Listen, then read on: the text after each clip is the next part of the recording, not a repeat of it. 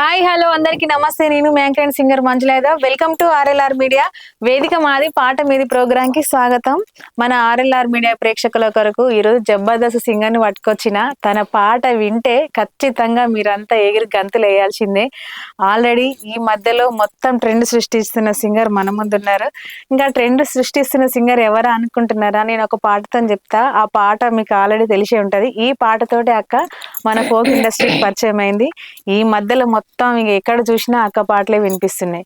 So అక్క మొట్టమొదటి పాట ఏంటంటే, లేదలేద సొప్పల్లో లేగళ్ళు మేసేనా నెమలియ రాజా, లేగళ్ళు మేసేనా నెమలియ రాజా, దొడ్డు దొడ్డు గుప్పలు దూటెలు మేసేనా నెమలియ రాజా, దూటెలు మేసేనా నెమలియ రాజా, దూటెలు మేసేనా నెమలియ రాజా, దూటెలు మేసేనా నెమలియ రాజా.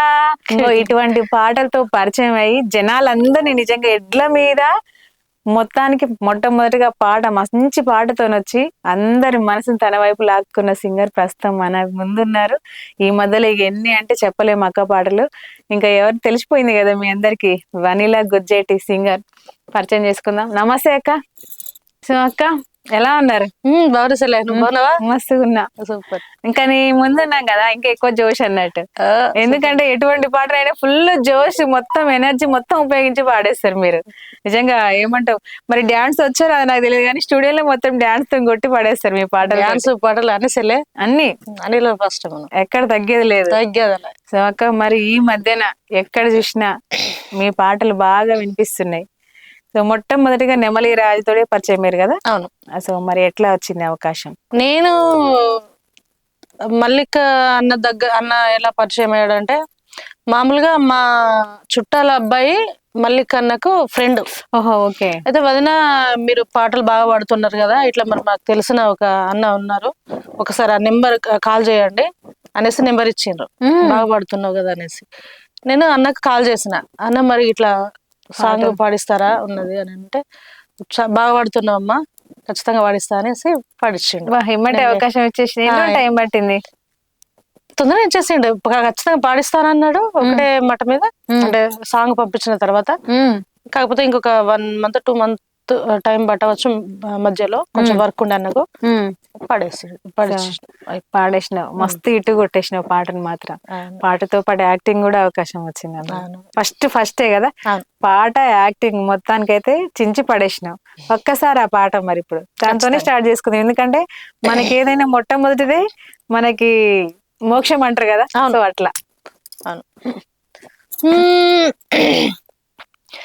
లేదైతే సొప్పల్లో ల్యాగల్లో మేసేనా నెమలియ రాజా, ల్యాగల్లో మేసేనా నెమలియ రాజా, దొడ్డు దొడ్డు కుప్పల్లో దుడ్డెలు మేసేనా నెమలియ రాజా, దూడెలు మేసే నెమలియ రాజా, లేదలైతే సొప్పల్లో ల్యాగల్లో మేయంగా, దొడ్డు దొడ్డు కుప్పలు దుడ్డెలు మేయంగా, నా ఎట్ల మేసేనని మంది కళ్ళమంట, నా ఎట్ల మీదనే ఊరుల కన్నంత ఓర్వలేని ఏడుపేనా నెమలియ రాజా, నా ఎట్ల మీదనే నెమలియ రాజా, ఎంత చక్కని గుణమేనా నెమలియ రాజా, ఏడ దొరకని తనమే ఓ నెమలియ రాజా.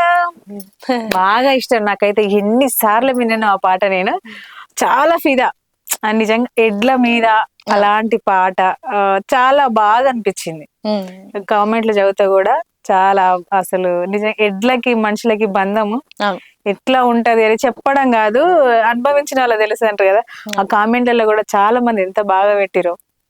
అంటే ఒక పర్సన్ ఏమంటాం, వాళ్ళ ఎడ్లు చనిపోతే ఆ ఎడ్లు కూడా గుర్తొస్తున్నాయి అనేసి పాపం కామెంట్ పెట్టారు. అట్లా కూడా పెట్టారు. వాళ్ళ నాన్నకి ఆ ఎడ్లకి అంత అనుబంధం ఉండే. ఆ ఎడ్లు వాళ్ళ నాన్న చనిపోతే ఆ ఎడ్లు 3 రోజులు నాన్ స్టాప్ గా ఏడ్చినాయి. గడ్డి తినలేవట, నీళ్ళు తాగలేవట, 3 రోజులు ఏడ్చినాయంట. అసలు కామెంట్ చదివినాక ఎంత మంది రిప్లై ఇచ్చారు ఆ కామెంట్ కి. చాలా మంది. అంటే మూగజీవాలు ఎంత ప్రేమని మనుషులని ఓన్ చేసుకుంటే చాలా ఇదిగా బాగా అనిపించింది. సో ఈ పాట మీరే రాసిరాక సేకరణ లేకపోతే మీరు రాసిరా? అంటే సేకరణ ట్యూన్ తీసుకెళ్ళిన అన్న రాశాడు. అన్న రాసి సేకరణ నుండి తీసుకెళ్ళినా కొంతవరకు, ఈ అన్న మొత్తం కరప్షన్ చేశాడు. మామూలుగా పాట అట్లనే ఉండేనా? ట్యూన్ ఉంది ఓకే, లిరిక్స్ అట్లనే ఉండేనా కొన్ని? మొత్తం చేంజ్ చేసిండ్రా? లేదు, కొన్ని కొన్ని. కొన్ని. సో మరి ఇంత అంటే ఫస్ట్ మీరు హిట్ కొట్టిరు కదా, ఎలా అనిపించింది? మీ ఫీలింగ్ ఏమనిపించింది? బాగా అనిపించింది, చాలా బాగా అనిపించింది. అంతే. హ్యాపీ, ఫుల్ హ్యాపీ ఉంటది కదండి. ఇప్పుడు మామూలుగా ఎవరికైనా అందరి ముందు పాడాలి, అందరు వినాలి నా సాంగ్ను అనేసి ఎవరికైనా ఉంటుంది కదా. ఇక ఆ పాట ఆ మల్లికన్న పాడిచ్చేసరికి ఫస్ట్ సాంగ్ బయటకు వచ్చేసి ఫుల్ హ్యాపీ. మళ్ళీ తర్వాతకి ఎన్ని పాడిరాక ఆ పాట మట్టి తర్వాత వరుసగా? ఇప్పటివరకైతే ఒక 40. ఇప్పుడు కాదు, ఆ పాట ఎమ్మటి వెంటనే పాట ఎంబడి ఆ పాట రిలీజ్ అయింది, బాగా హిట్ అయింది కదా. సో మీకు మళ్ళీ ఆ పాట తర్వాత ఏమన్నా వెంటనే అవకాశాలు ఎన్ని వచ్చినాయి? మన పల్లె జీవితాల్లో దుక్కి దున్నిన మిరియమా అనేసి యాక్టింగ్ అందులో కూడా చేసారు కదా. అవును, అందులో చేశాను. ఇప్పుడు మళ్ళీ మీ మ్యూజిక్ లో కూడా శుక్రవారం నాడు అనే సాంగ్ ఒకటి అది మీరు యాక్ట్ చేశారు. నేనే చేసిన శుక్రవారం. అది ఇంకా చాలా, ఇప్పుడు సింగల్ అవన్నీ తోటి అత్తకొడల సాంగ్ కావచ్చు, ఇంకొకటి శివరాత్రి సాంగ్, శివయ్య సాంగ్ కావచ్చు, ఇట్లా చాలా. కానీ మొత్తానికి అయితే బాగా ఆ సాంగ్ వైరల్ అయింది. అవును, బాగా హిట్ అనిపించింది. సో మళ్ళా మధ్యలో కొంచెం బ్రేక్ పడ్డట్టు అనిపించింది నాకైతే. కొన్ని పరిస్థితుల వల్ల నేను అంటే పంచుకోవచ్చు పరిస్థితులు ఏంటో. అంటే అంతకుముందు మేము ఇక్కడ హైదరాబాద్ లో తుర్కపల్లి ఉండేవాళ్ళం. దాని తర్వాత మా హస్బెండ్ కి కంపెనీ కొన్ని పరిస్థితుల్లో క్లోజ్ అయిపోయింది. అప్పుడు కరోనా టైం కరోనా టైం అప్పుడు అతనికి ఇంకా జాబ్ పోయిన తర్వాత అప్పటి నుండి ఏం వర్క్ లేదు, ఏం లేదు. అప్పటి నుండి పరిస్థితి బాగా ఇది లేకుండే, ఇంకా అన్ని పిల్లలకి నేనే చూసుకోవడము ఇట్లాంటి అయ్యేసరికి ఇంకా మంచిర్యాల డిస్ట్రిక్ట్ లో అమ్మ వాళ్ళ ఇంట్లోకి వెళ్ళిపోయినా నేను. అక్కడ నుండే ఇక మళ్ళీ చిన్న చిన్నగా ఏమైనా వర్క్లు ఉంటే చూసుకోవడం, పాలు కూడా అమ్మేదాన్ని నేను ఇంట్లో. అప్పుడు మా హస్బెండ్ కు వర్క్ లేక అమ్మ వాళ్ళకు 4 బర్రెలు ఉంటే వాటిని పాలు మార్నింగ్ లేసి 4కి పాలు పిండి అవి ఇంటింటికి పోసి వచ్చేదాన్ని. అట్లా కొన్ని రోజుల తర్వాత ఒక 2 కిలోమీటర్స్ ఉంటది నడిచి వెళ్ళడం. 2 కిలోమీటర్స్ నడిచి వెళ్ళి పాలు పోసేదాన్ని. ఒక 20 కుటుంబాలు ఉంటాయి మా ఊళ్ళో, అంత మందికి పాలు పోసి మళ్ళీ నడుచుకుంటూ వచ్చేదాన్ని. మొత్తానికి రోజు ఇంకా మొత్తానికి అయితే 5 కిలోమీటర్లు పొద్దునే నడవడం 3 నెలలు ఖచ్చితంగా అవుతుంది. అట్లా కూడా కష్టపడ్డ కొన్ని పరిస్థితులు. ఇప్పుడు అతని అప్పటికే మంచిర్యాలకి వెళ్ళిపోయినాం కొన్ని. అదే ఇప్పుడు మనకు మైండ్ మీద ఏదన్నా ప్రెషర్ పడేసరికి డిస్టర్బ్ ఏమైతారంటే ఇంకా కిందికి డౌన్ అయిపోతారు. డిస్టర్బ్ అయిపోయినా అట్లా ఇంత ఇది అయిపోయింది. అందుకే బయటకు రాలేదు ఎన్ని రోజులు. ఇప్పుడు ఒకసారిలే ఈ కళను ఎందుకు వదిలేసుకోవాలన్నట్టుగా అప్పుడప్పుడు మాత్రమే పాడుతూ ఉండేదాన్ని. ఎక్కువ ఈ మైండ్ మీద మనకు వెయిట్ అనేది పడితే దేనికి ఇంట్రెస్ట్ ఉండదమ్మా. ఈ పాటలు ఇప్పుడు రాస్తున్నా నేను, ఆ థాట్లు కూడా మనకు రావాలంటే మైండ్ షార్ప్ ఉండాలి. ఎప్పటికి ఏదో ఒక ఆలోచనలు, పిల్లలు ఎట్లా, పరిస్థితి ఏంది, ఇట్లా అయిపోయింది అనే ఆలోచనలే ఎప్పటికి తిరుగుతూ ఉండడం, ఎప్పటికీ లోన్లీగా ఫీల్ అవుతూ ఒక ఆడ కూర్చొని నాకు నేనే బాధపడుతూ, అరే ఎట్లా పరిస్థితి ఏంది, లైఫ్ ఎట్లా, పిల్లల ఆరోగ్యాలు బాగాలేకపోతే ఎట్లా, వాళ్ళ స్టడీలు ఎట్లా, ఇదే ఆలోచనలతోటి మూలన పడి ఉన్నా నేను. మళ్ళీ కొన్ని రోజులకు సిస్టర్ వచ్చి, అక్క నీకున్న కళను ఎందుకు వేస్ట్ చేసుకుంటావు? ఓన్ సిస్టర్ ఏం పేరు? కోసరి శ్రీవాణి.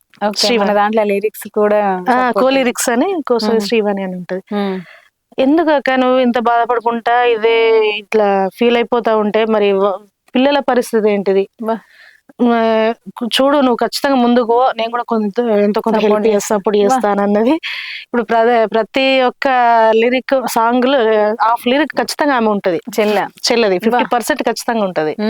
ఇప్పుడు ఆమె వల్లనే ఇన్ని సాంగ్స్ వాడినానంటే కారణం మా చెల్లెనే, సిస్టర్. గాడ్ గిఫ్ట్ అన్నట్టు, గాడ్ గిఫ్ట్ సిస్టర్. ఆమె వల్ల ఇప్పటి వరకు అయితే కొన్ని నా వెనక మాత్రం కొన్ని హిట్లు ఉన్నాయంటే కారణం ఆమె హెల్ప్ చేయడం వల్లనే నాకు.